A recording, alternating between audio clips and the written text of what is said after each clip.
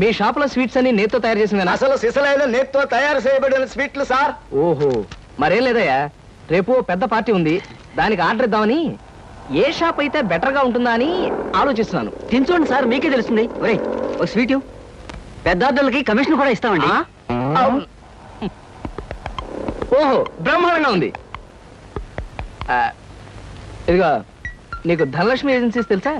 ధనలక్ష్మి తెలుసండి. తెలుసా? పక్క వీధిలో బస్ స్టాండ్ పక్కనే. బస్ స్టాండ్ పక్కన 10వ నెంబర్ ఇల్లే కదండి. కరెక్ట్ అయ్యా బాబు. అమ్మయ్యా, ఇదిగో అక్కడ రేపు పార్టీ. కుర్రాడికి అడ్వాన్స్ ఇచ్చి పంపిస్తాను. 10 కేజీలు స్వీట్ బ్రహ్మాండంగా ఉండాలి. 10 కేజీలు. ఓ మైసూర్ పాకు. ఈ మైసూర్ పాకు ఏంటి సార్, పాలకోవా కూడా తీసుకోండి. Thank you. స్వీట్ మాత్రం బ్రహ్మాండంగా ఉండాలి. చాలా బాగుండాలి. బాగా చేద్దాం. ఏమండి అడ్వాన్స్? ముక్క పీకడానికెందుకురా తొందర, ఎదరసేకంత చిందర వందర. ఇదిగో దొంగ కోళ్ళ నా ముక్కలు చూస్తే నేను ఒప్పుకోను. అయినా మీ చేతిలో ముక్కలు పెట్టుకుని నా చేతిలో ముక్కలు చూస్తారేంటి? నా ముక్కలు ఎప్పుడైనా చూసుకోవచ్చు కదరా.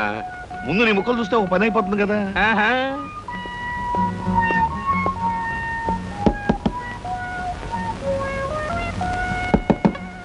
జోకర్లు బెదురుతాయి.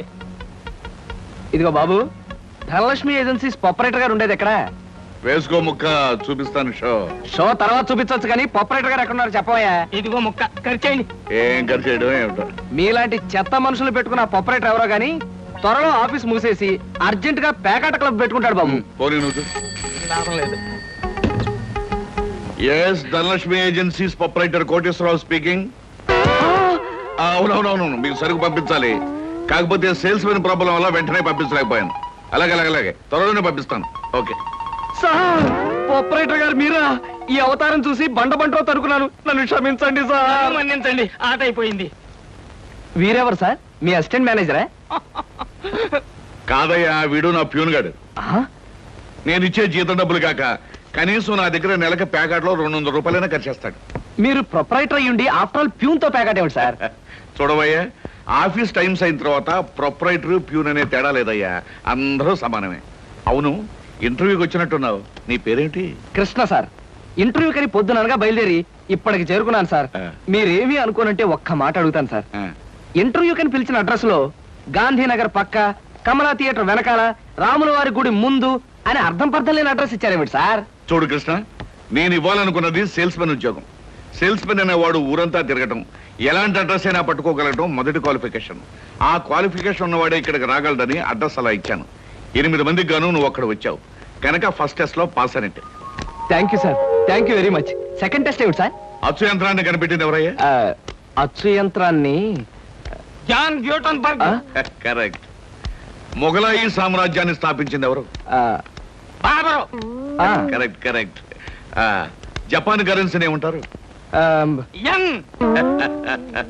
కరెక్ట్. సార్, మీరు అడిగిన ఒక్క ప్రశ్నకి నాకు సమాధానం తెలియదు. మీ ప్యూన్కి అన్నీ తెలుసు. నాకంటే అతనే బెటర్ అనుకుంటాను మీ సేల్స్ మెన్ ఉద్యోగానికి. నేను వేసిన అక్కర్లేని ప్రశ్నలకు జవాబులు తెలుసు కనుకే వీడు జవాన్ పోస్ట్ లో ఉన్నాడు. ఇలాంటి ప్రశ్నలకు జవాబులు తెలియకపోవడమే సేల్స్ మెన్ క్వాలిఫికేషన్. కనుక నువ్వు 2వ టెస్ట్ లో కూడా పాస్ అయ్యావు. ఇక 3వ క్వాలిఫికేషన్ ఏమిటంటే మన సరుకుల గురించి అబద్ధాలు చెప్పడం. ఏది, ఒక్క అబద్ధం గబుక్కుని చెప్పు. మీరు భలే అందంగా ఉంటారు సార్. అసలేవయ్యా, నా గురించి కాదు, నేను అడిగేది అబద్ధాన్ని గురించి. నేను ఇంతకు ముందు చెప్పింది అబద్ధమే sir. Correct. You are appointed as the salesmen. రేపే వచ్చి డ్యూటీలో జాయిన్ గా. Thank you sir.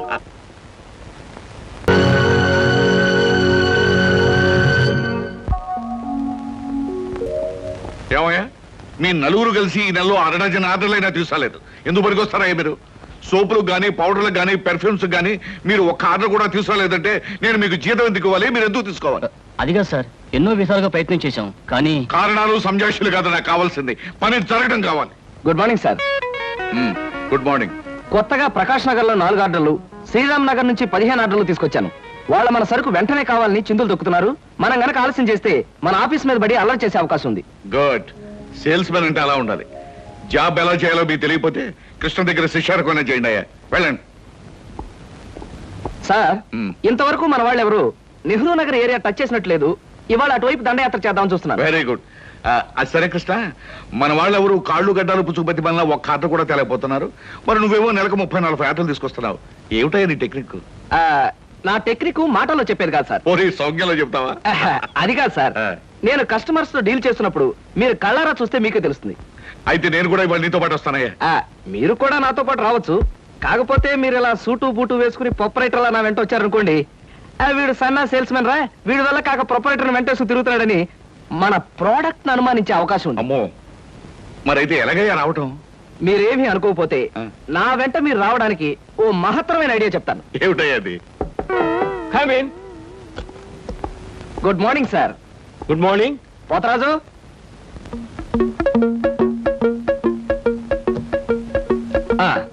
మీరు కొత్తగా పెట్టిన ఈ సూపర్ మార్కెట్ చూస్తుంటే నా మతి పోతుంది సార్. అసలు మీ సూపర్ మార్కెట్ దెబ్బకి సిటీలో ఉన్న సూపర్ మార్కెట్లని flat. Thank you.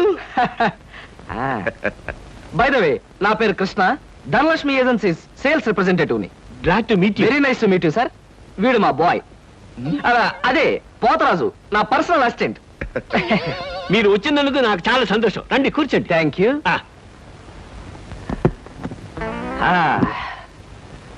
Potharaju, boys కూర్చోకూడదు కదా. అలాగే నిలబడతానులేండి. సార్, మా ప్రోడక్ట్స్ అన్ని కొంచెం మంచినీళ్ళు ఇప్పిస్తారా? బాయ్ బయటికి వెళ్ళాడు. ఒరేయ్, ఆ?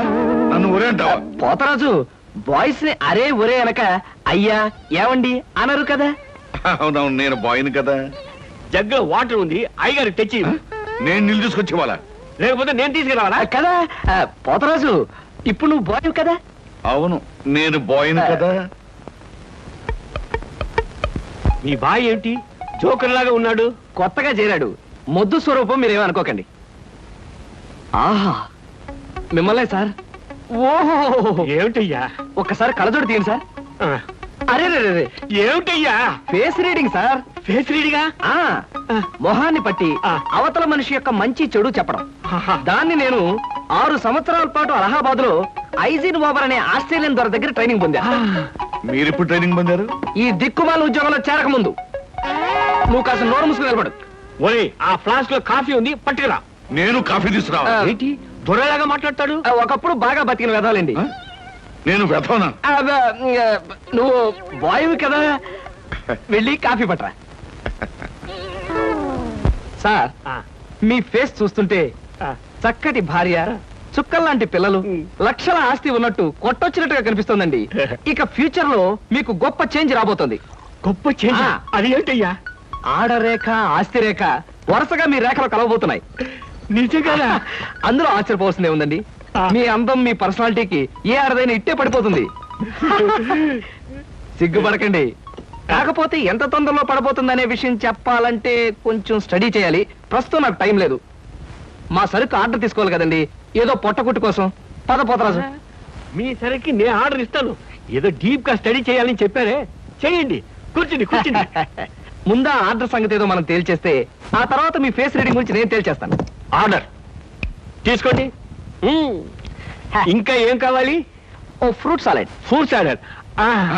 వద్దులే, నేనే వెళ్ళి తీసుకొస్తాను. థ్యాంక్స్ రా. ఆ?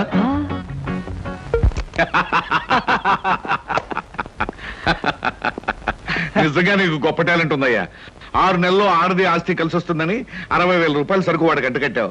అవును, అసలు నీకు ఫేస్ రీడింగ్ ఏమన్నా తెలుసా? ఫేస్ రీడింగ్ లేదు, మీటర్ రీడింగ్ లేదు సార్. ఆ. ఆ మాట ఎక్కడో చదివినట్టుగా గుర్తు. ఆ.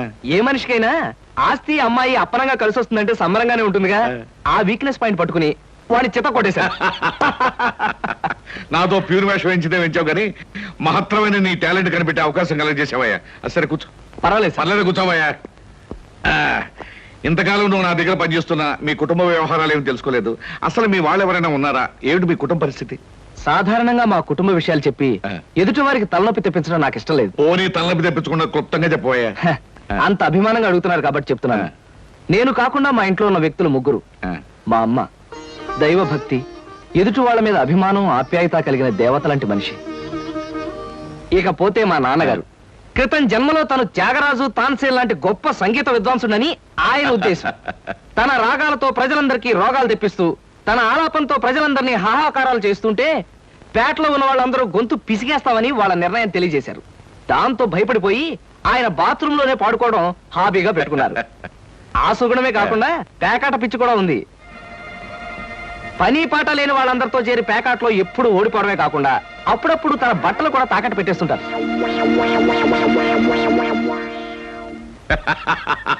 ఇక మిగిలింది మా తమ్ముడు సినిమా యాక్టర్ చిరంజీవి. ఏమిటి, సినిమా యాక్టర్ చిరంజీవి మీ తమ్ముడా? అబ్బే కాదు సార్, మా తమ్ముడు బాబ్జీ చిరంజీవి అభిమాని. అలా చెప్పు, లేకపోతే చిరంజీవి మీ తమ్ముడు ఏమిటి, నీకు ఉద్యోగం ఏంటి అనుకుంటున్నాను. అబ్బే కాదు సార్, ఇక యథాశక్తి వాడు చదువు సంచలు మానేసి సినిమా థియేటర్ల దగ్గర కటౌట్లకు దండలు వేయడం, చిరంజీవి సినిమా రిలీజ్ అయితే పిచ్చిగా రెచ్చిపోయి థియేటర్ దగ్గర గోల చేయడం ప్రస్తుతం వాడి జీవిత జయంగా పెట్టుకున్నాడండి.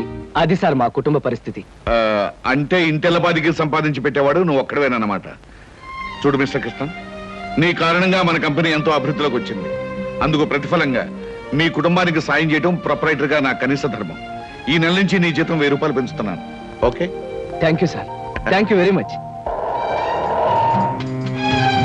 ఆ విధముగా జూదమునందు అన్ని పోగొట్టుకున్న పాండవులు అరణ్యవాసములకు బయలుదేరి. ఆహా, ఏమి రాశాడయ్యా మహానుభావుడు.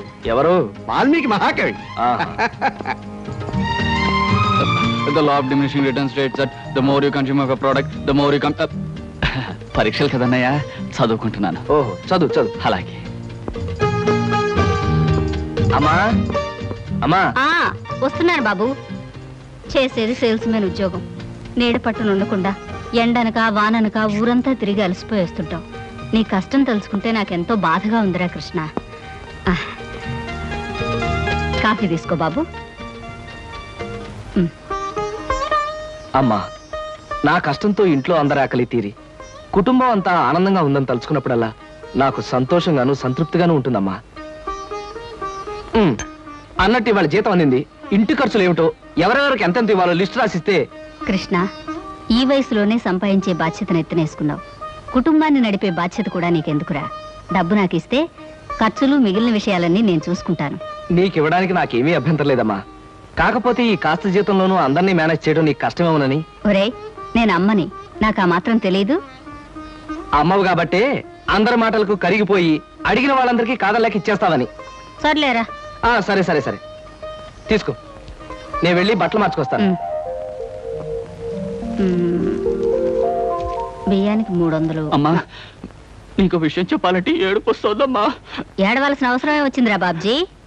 ఇంట్లో నాన్న సంగీతంతో హింసిస్తున్నాడని చదువుకోవడానికి బీచ్కి వెళ్ళాను. అక్కడ వాచ్ పోయిందమ్మా. ఎల్లుండి నుంచి పరీక్షలు. కనీసం చేతికి సెకండ్ హ్యాండ్ వాచ్ అయినా ఉండాలిగా. ఓ 100 రూపాయలు బొమ్మా. ఈసారైనా తగలేసుకోకుండా వాచి కొనుక్కో. అలాగే. ఇదిగో 100. అయినా వాచి బారేసుకోవడం ఏమిట్రా పిచ్చి వెధవ.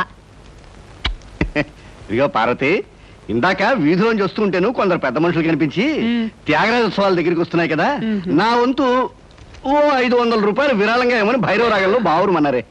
500? నేను ఇలాగే అన్నాను. మీరిస్తాను ఒప్పుకున్నారా? కుటుంబం బరువు బాధ్యతలు తెలిసిన వాడిని నేను ఎందుకు మాటిస్తానే. కావాలంటే 2 లేక 300 విరాళంగా ఇస్తాను.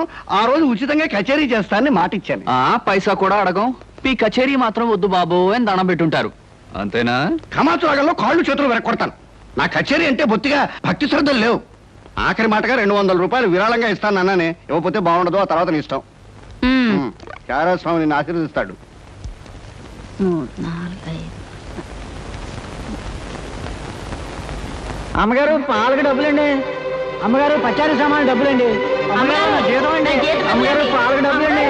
అమ్మగారు పచారీ సామాన్ డబ్బులండి.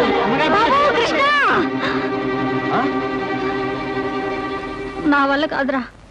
అమ్మా, డబ్బు సంపాదించడం ఎంత కష్టమో ఖర్చు పెట్టడం కూడా అంతే కష్టం అమ్మా. ఖర్చు పెట్టే విషయంలో మనసుని మమతని కాస్త కట్టేసుకోవాలి. రే బాబ్జీ, బాబ్జీ, ఏంటన్నయ్యా? నీకు 100 రూపాయలు ఎందురా? Watch beach. వాచి బీచ్ కొట్టానంటే దవడ వాచి బీచ్లో గోచితో పరిగెడతావు రాస్కెల్. ఇదేంట్రా? అరే, ఇది ఎక్కడ దొరికిందన్నయ్యా? చమల్లాల్ కొట్లో నువ్వు తాకట్టు పెట్టిన చోట దొరికిందిరా.